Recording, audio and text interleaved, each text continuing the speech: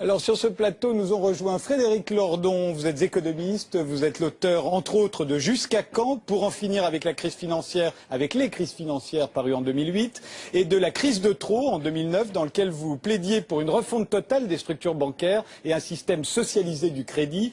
Vous êtes également l'auteur de D'un retournement l'autre, c'est une comédie sérieuse sur la crise financière en alexandrin dont Denis Podalides a fait la lecture l'été dernier au 104 à Paris. Je vous remercie d'être là ce soir, je sais que vous refusez absolument toutes les invitations à la télé. C'est donc exceptionnel de vous voir. Face à vous, Catherine Luboshinski, vous êtes membre du Cercle des économistes, consultante auprès de plusieurs établissements bancaires et financiers. Vous êtes l'auteur de Vers le financement monétaire des dettes publiques. Alors j'ai l'impression que pour l'instant, tout le monde est à peu près d'accord pour dire qu'il faut sauver les banques.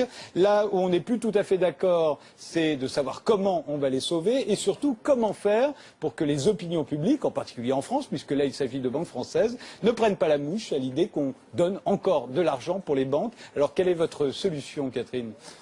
Je n'ai pas de solution miracle. Quelle est la solution Je voudrais quand même dire que c'est à peu près normal que la population prenne un peu la mouche, étant donné les milliards dépensés pour sauver, entre guillemets, les établissements financiers. Surtout si, par exemple, on regarde le taux de distribution des profits sous forme de dividendes. Sur les 3 dernières années, à peu près 30 à 40% des profits réalisés par les banques sont distribués sous forme de dividendes. Aux actionnaires, donc ? Donc aux actionnaires, alors que c'est vrai, on pourrait se dire, étant donné que les banques savent qu'elles vont devoir se recapitaliser au cours des prochaines années, il y a des nouvelles réglementations qui vont être mises en place, elles auraient peut-être mieux fait de conserver cet argent-là et d'augmenter leurs fonds propres, puisqu'ils sont alimentés à la fois par des émissions d'actions et par la mise en réserve des profits réalisés. Donc ça, c'est un premier point. On comprend que la population puisse être un peu agacée de ce qu'on a appelé la privatisation des profits et la socialisation des pertes. Ça, c'est vrai. Bon. Alors comment faire pour qu'elle ne soit pas encore plus agacée par ce qui va se passer maintenant ? Alors, d'abord, un des gros problèmes des banques et du système bancaire, c'est que les banques sont trop grosses par rapport à la taille des PIB des pays. En France, je crois que les actifs bancaires doivent faire 2 fois le PIB français.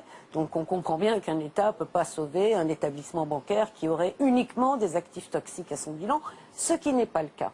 C'est-à-dire que ces actifs dits toxiques, on y met un peu ce qu'on veut, ne représentent pas une part aussi importante que ça. L'activité quand même essentielle des banques en France est de distribuer des crédits aux ménages et aux entreprises. Donc il faut se calmer là-dessus. Donc je crois que la première étape, ça serait de réduire globalement la taille des banques. Et ça vient petit à petit, si on regarde les chiffres depuis 2010, enfin 2009-2010, on voit un peu la taille des banques se réduire. On voit des établissements bancaires contraints de céder une certaine partie de leurs actifs pour revenir à une taille raisonnable, pour éviter qu'elles soient ce qu'on appelle too big to fail, c'est-à-dire trop grandes pour être sauvées par un État. Alors ensuite, les États, qu'est-ce qu'ils peuvent faire pour aider les banques ?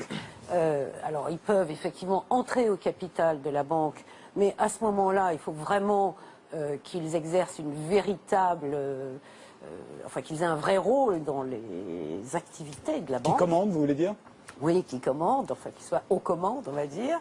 Et la deuxième solution, qu'ils peuvent aussi apporter des garanties au refinancement des banques. Parce que le problème des banques, c'est, si vous voulez, d'où est-ce que les banques tiennent l'essentiel de leur argent qu'elles utilisent pour acheter des actifs. Elles ont un passif.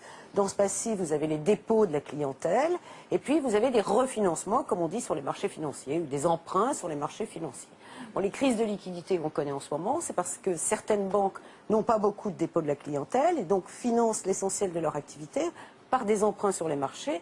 Les marchés, c'est-à-dire les autres, les contreparties, ne leur font plus confiance et elles ont du mal à se refinancer en ce moment. C'est du fait, notamment, d'avoir été dégradées par voilà, d'où une crise de liquidité qui après peut, alors qui est partiellement autoralisatrice et qui peut déboucher sur des crises de solvabilité, c'est-à-dire des risques de faillite. C'est là où est le problème. Il faut restaurer la confiance dans nos établissements bancaires, en particulier en France. Ils sont quand même relativement sains. Il n'y a pas vraiment de souci à voir.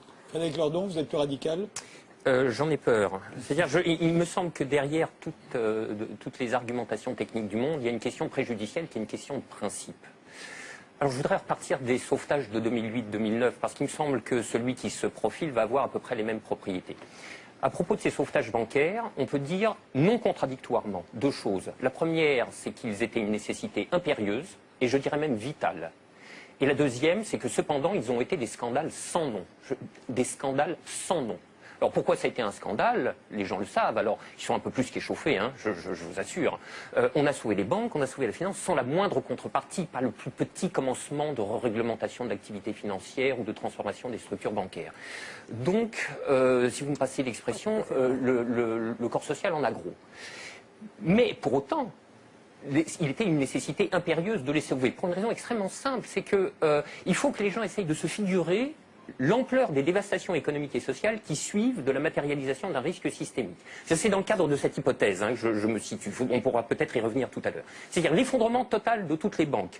Les transactions les plus élémentaires deviennent impossibles. Je veux dire, aller acheter son pain à la boulangerie, ça marche plus. Tout simplement parce que retirer de l'argent au distributeur à billets, ça marche pas. Faire un chèque, ça marche pas. Une carte bleue, ça marche pas. Vous avez les piécettes dans la poche, ça vous mène pas loin. Hein. Vous tenez 4-5 jours en forçant plutôt sur les patates. Et après, c'est retour au jardin potager pour ceux qui en ont un, et pour les autres, c'est retour vers l'état de nature économique. Ce que vous décrivez là, ça semble une catastrophe.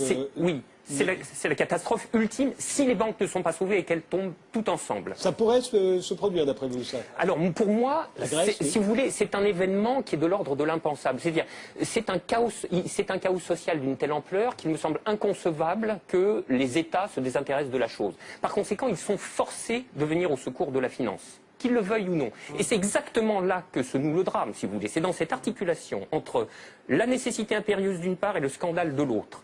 Le corps social est forcé, par pouvoir public interposé, de venir au secours des banques, car si les banques calanchent, c'est le corps social qui calanche dans la semaine qui suit. Et forcément, les intérêts matériels de la population sont si intimement liés à la structure bancaire qu'il est impossible de la laisser crever.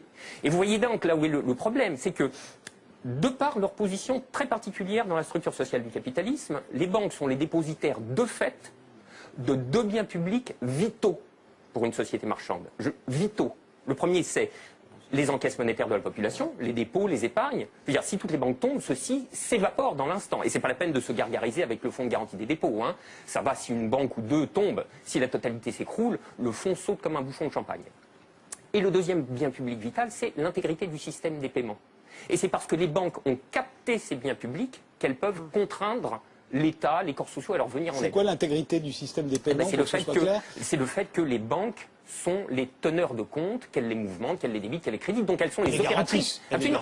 C'est pas qu'elles les garantissent, c'est qu'elles opèrent très concrètement et très basiquement les transactions élémentaires. La gestion des moyens de paiement. Exactement. Bon, alors, si vous voulez, là, il y a une situation de fait que les économistes appellent dans leur langage pluriel et amoral, mais dont le vrai nom est prise d'otage. Et celle-là, elle est colossale. Si vous voulez, chaque fois qu'il y a un mouvement social dans les transports ou le ramassage des ordures, on vous bassine avec la prise d'otage des syndicats. Mais ça, c'est une prise d'otage, mais cosmique. C'est énorme.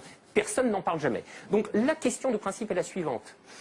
Derrière la question du sauvetage des banques et derrière la question des banques tout court, le corps social doit se poser la question de savoir s'il continue de tolérer que ces biens publics vitaux soient ainsi remis à des intérêts privés, et spécialement à des intérêts privés aussi mal éclairés que ceux de la finance, quand elle est mouillée jusqu'aux sourcils dans les marchés de capitaux. Bon, je trouve que poser la question, c'est y répondre.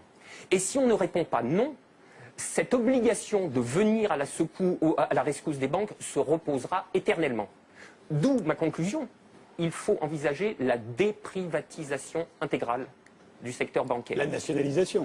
Alors, la nationalisation est la première et la plus accessible des formes de la déprivatisation, ce qui est une réelle vertu en situation d'urgence.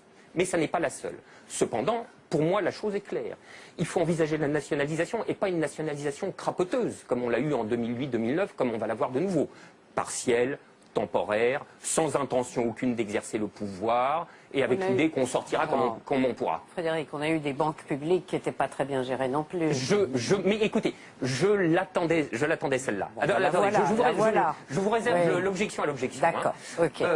Donc, nationalisation intégrale et définitive du secteur bancaire. Mais ça va coûter un argent fou. En 1980, c'est ce qu'ont fait les socialistes en arrivant au pouvoir. Voilà. Ils ont pris 51% des actions, ça a coûté énormément d'argent. C'est la première objection. Ça va coûter un bras et l'État est rincé.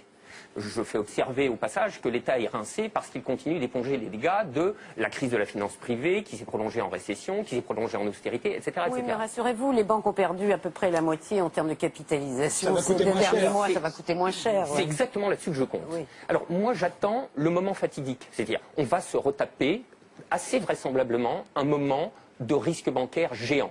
Alors, on a laissé passer l'opportunité la dernière fois. Cette fois-ci, il ne faut pas la louper. Si jamais le risque systémique est matérialisé, les banques seront toutes en état technique de faillite, leur valorisation financière tombera à zéro, et c'est à ce prix-là que l'État les ramassera à l'appel et au petit balai. Saisie et réquisition de l'intégralité du système bancaire pour 0 €. Ce qui ne dispense pas après de leur réapporter des moyens financiers, etc., pour les mettre de nouveau en condition d'opérer. Hein. Mais voilà, à mon avis, vers quoi on pourrait se diriger. Alors, à ce moment-là, il y a 3 objections, si vous voulez, qui viennent. Il y a celle de Catherine Lubochinski qui dit « Ah, mais on a déjà vu la nationalisation bancaire, on a eu le Crédit Lyonnais, le statut public des banques n'évite pas le sinistre. » Deuxième objection, le droit sacré de la propriété des actionnaires. Mais enfin, si la valeur est tombée à zéro, il n'existe plus. Troisième objection, n'y a-t-il pas un problème du fait que par le truchement d'un pôle public unifié du crédit, à quoi conduit par construction c'est-à-dire qu'il n'y a plus qu'une seule banque. Absolument. N'y a-t-il pas un problème à ce que l'État soit en définitive et en dernière analyse celui-là seul qui est la haute main sur le robinet de la liquidité monétaire? Donc du crédit. Du crédit. Ça fait en vérité, ça fait en vérité 2 objections très importantes. Je dis qu'aucune n'est insurmontable. Oui, mais enfin, Catherine, un mot. Un mot, c'est tout. Oui, oui, non. On peut imaginer effectivement que l'État détienne la seule banque du pays, il n'y aura pas de problème pour se financer et il n'aura pas beaucoup de contraintes en termes de déficit budgétaire. On ne peut pas faire un raisonnement maintenant comme si on vivait en autarcie. On est dans des économies ouvertes, on a besoin de faire du financement international et donc il y a certains critères à respecter, des critères de solvabilité, des critères de discrimination dans les risques. Là où je dis que en fait, bon, tout le monde est un peu responsable de ce qui est arrivé. Il y a un coupable. Le coupable, ce sont les États qui ont laissé les entités privées, bon, pour utiliser un peu votre vocabulaire, prendre le pouvoir. C'est-à-dire que les régulateurs ont été captés par des intérêts privés, les superviseurs n'ont aucun pouvoir, et donc tout ceci fait que les régulateurs n'ont pas mis en place la réglementation qui pourrait être utile. Alors on voit maintenant des pays réagir. Alors on voit la Suisse, par exemple, la Suisse avec ses déconvenues récentes. Eux, ils vont plus loin que les futurs ratios de réglementation bancaire qui vont imposer aux banques d'avoir plus de fonds propres. Ne soyez pas trop compliqué, nous, on ne suit pas toujours. Ils vont exiger que les banques en aient 2 fois plus que ce que la réglementation internationale va demander. Les Suisses, chez eux, alors que les actifs bancaires, c'est 4 fois leur PIB, hein, au moins. Bon, en France, c'est que 2 fois. Donc on peut mettre des réglementations plus strictes, on peut diminuer l'effet de levier, réduire la taille des banques et surtout réfléchir au modèle de banque optimal. Vous avez aussi dans différents pays une réflexion sur est-ce qu'on ne doit pas revenir à scinder en 2 les banques en fonction de leur activité, c'est-à-dire qu'il y a les banques qui font la gestion des moyens de paiement dont vous avez parlé et qui distribuent des crédits aux ménages et aux entreprises, donc la banque de détail, comme on avait avant, la banque commerciale.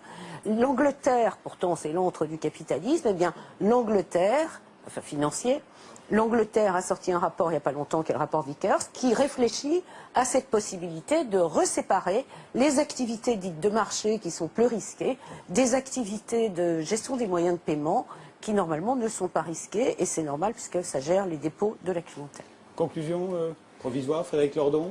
Il faudrait rentrer dans le détail de tous ces projets de régulation bancaire et financière. Il n'y en a pas un qui soit davantage qu'un filet d'eau tiède. Bâle 3 est mort-né et dépassé avant même d'avoir vu le jour, comme les 2 accords de Bâle qui précèdent. La séparation des banques entre commerce et banques d'investissement est déjà laissée à la discrétion des banques privées elles-mêmes, et le rapport Vickers a quasiment tout abandonné en race campagne. Quant au projet Dodd-Frank, à la loi Dodd-Frank, qui est la loi de régulation financière aux États-Unis, elle est quasiment éviscérée avant même d'avoir vu le jour, et son programme nous promet une mise en œuvre d'ici 2019. On a le temps de mourir 4 fois. Et c'est pour ça que je dis que les États doivent, enfin les gouvernements doivent reprendre un pouvoir vis-à-vis des intérêts privés. Absolument, ils le doivent, mais il faudra bien qu'ils le fassent et qu'ils s'en donnent les moyens. Et je ne vois pas d'autre moyen, dans un premier temps, que la nationalisation. J'ajoute que la nationalisation, si elle est le premier mot de la déprivatisation bancaire, n'en est en aucun cas le dernier. C'est-à-dire, je partage d'une certaine manière votre argument que la gigantesque banque, vous voyez, la gosse banque entièrement dans les mains de l'État, c'est un problème. C'est la raison pour laquelle je pense que le système bancaire doit rapidement muter à terme sous l'espèce de quelque chose que j'appelle un système socialisé du crédit, qui restaure un double principe de localité et d'autonomie décisionnelle, avec des entités qui ne seront ni des sociétés privées par action, ni des établissements publics, mais qui relèveraient d'un tiers statut, sui generis, encore à inventer, mais dans lequel, en gros, on déploierait aussi loin que possible un principe coopératif, un véritable principe mutualiste, pas à l'image du crédit mutuel ou du crédit agricole qui l'ont dévoyé au dernier degré, hein, dans lequel toutes les parties prenantes seraient associées pour une part à la décision de crédit, c'est-à-dire les patrons, les salariés, les syndicats, les associations de consommateurs, les associations environnementalistes, évidemment encadrés par des professionnels du risque de crédit, des représentants des autorités étatiques et monétaires, etc., mais qui rendraient enfin la finance à ceux qu'elle concerne au premier chef. Le système socialisé du crédit, c'est ce que vous expliquez dans votre livre, Une crise de trop, dont je faisais mention tout à l'heure. Absolument. Et c'est pour ça que j'insiste sur les termes. Il s'agit d'une déprivatisation qui prend d'abord la forme de la nationalisation et puis de quelque chose qu'on pourrait appeler une communalisation du crédit, puisqu'il est vrai que les conditions générales du crédit à l'économie sont un bien commun également, et qu'en tant que tel, ce bien doit être restitué au commun. Merci tous les deux.